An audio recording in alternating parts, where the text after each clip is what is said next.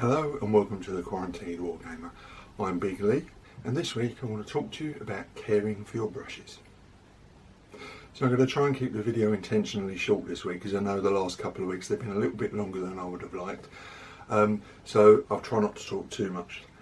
So I've been a painter for over 30 years. I remember using horrible enamel paints on miniatures back in my early teens. Pretty soon after that I changed over to acrylics, and I've been using them ever since. And I'd like to think I've learned a few things in the intervening 3 decades about how to care for my brushes. And although I don't claim to be an expert, I do think I picked up some useful tips, and I'd like to share them with you. So I generally try and use 2 types of brushes, synthetic brushes and natural brushes. Now natural brushes tend to be, for me, sable, different qualities of sable, obviously different types of brushes. So I have some very expensive Winsor & Newton brushes, Kolinsky sable, probably the best brushes in the world as far as I'm concerned. But I also have a range of cheaper brushes that are also sable or fine hair that are good for other activities. So sable I tend to use on all my fine detail work. The lower quality brushes I'll use for more general purpose works like block painting and so on. I also use synthetic brushes, some nylon brushes that I use for things like mixing paints and priming.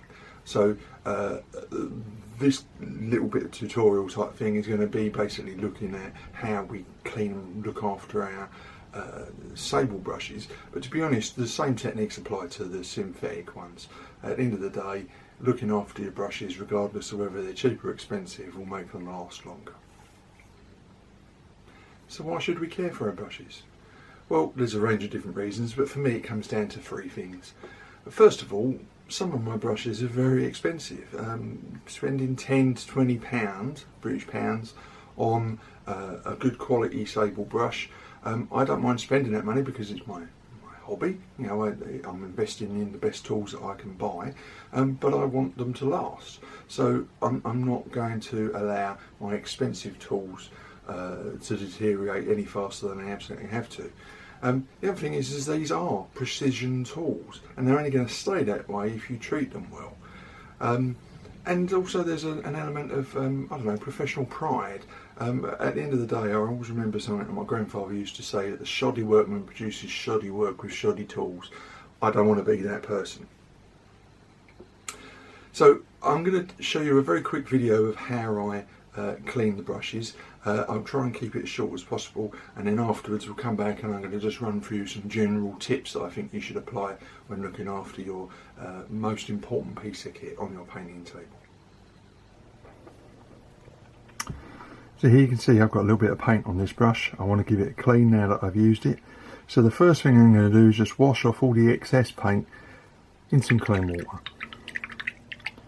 So just give it a sloosh, gentle rub against the side of the bowl, wipe it off. Now you can see there's still some colour, so I'll give it a bit more of a sloosh.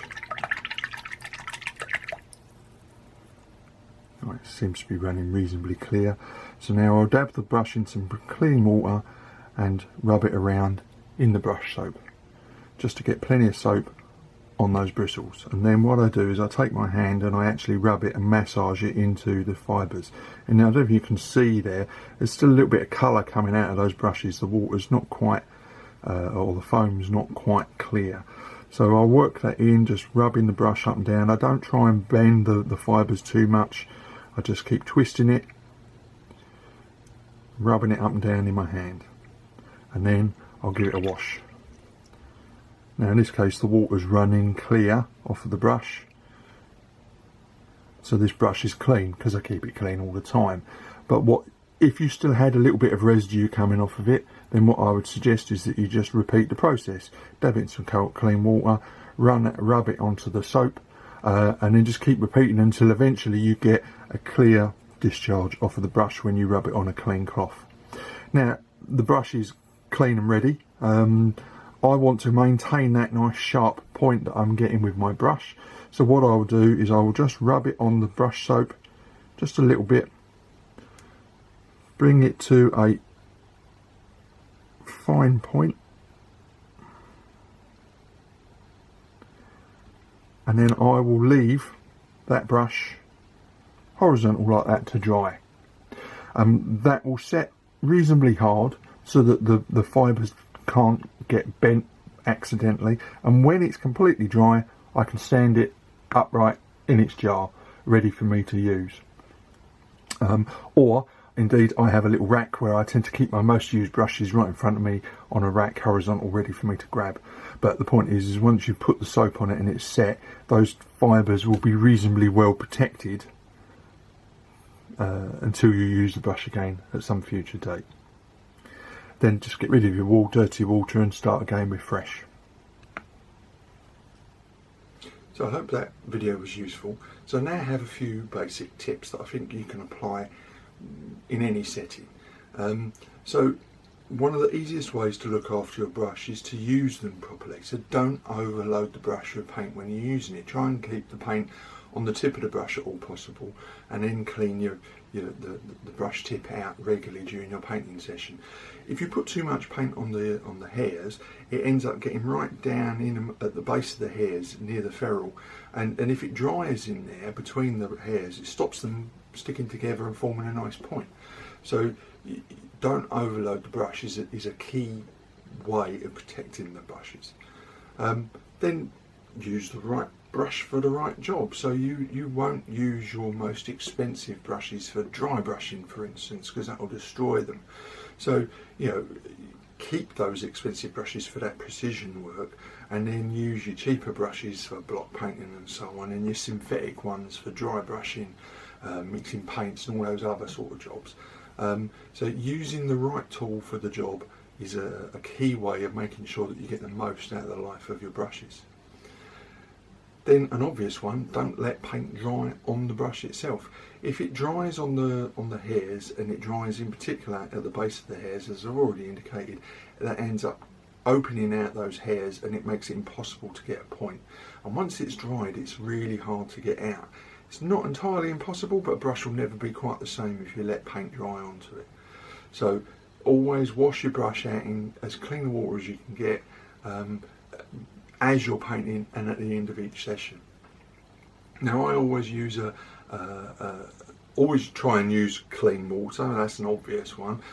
If you can get warm water, that helps because it helps dissolve the paint, particularly if it's slightly gloopy because it's starting to dry. Don't use hot water because that can actually damage the hair. It's like washing your hair in really hot water. It's not necessarily good for the hair. So try and use cool or warm, clean water when you're working.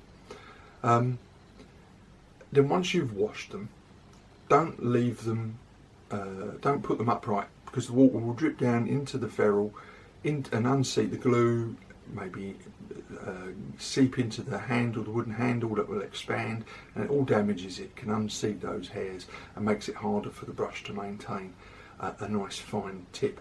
So when I wash my brushes, I always lay them horizontally. I put them on my desk, or I have a little rack so that they're stored horizontally. Once they're dry, then you can put them in a pot with the fibres pointing upwards.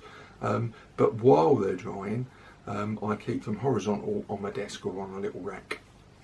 And then another quick tip, I use some of my Masters brush cleaner on the cleaned brush. So once I've cleaned the whole thing and the water's running clear from it, I will then dry it slightly and then just rub it onto the brush soap and get a tiny lava on the fibres, and then I'll leave it. Once I've got a nice point sharp tip to it by running it through the crease of my hand as I showed you earlier, I will then leave that to dry, and what happens is it goes hard. Now that doesn't damage the hairs in any way. In fact, it's continuing to condition the hairs, and it will wash out. When you're ready to reuse the brush, you just wash it out in cold water, and that soap will wash straight out.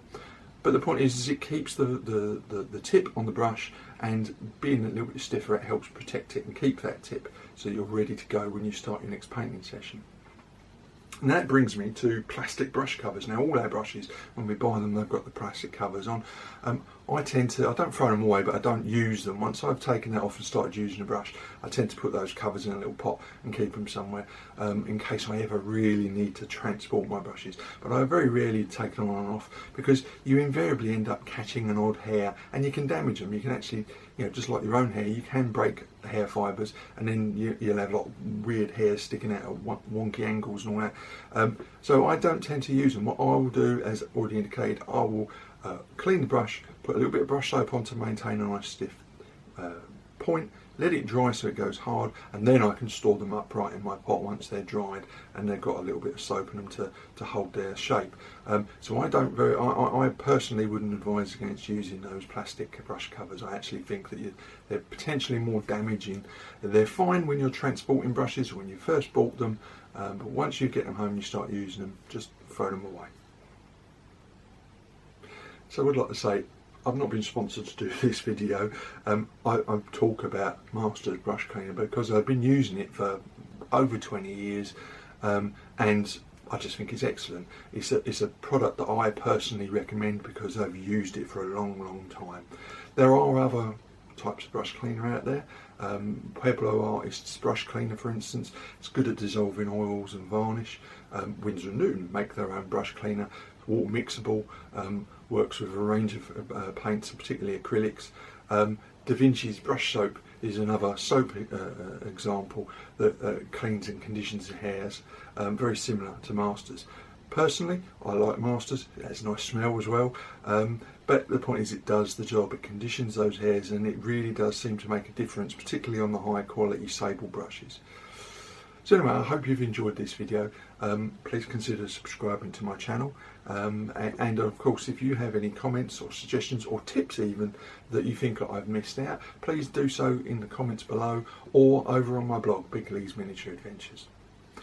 So just leaves me to say, as usual, I just hope everyone's keeping well and that you're managing through these strange and wonderful times, and hopefully I'll see you again next week. In the meantime, keep rolling high.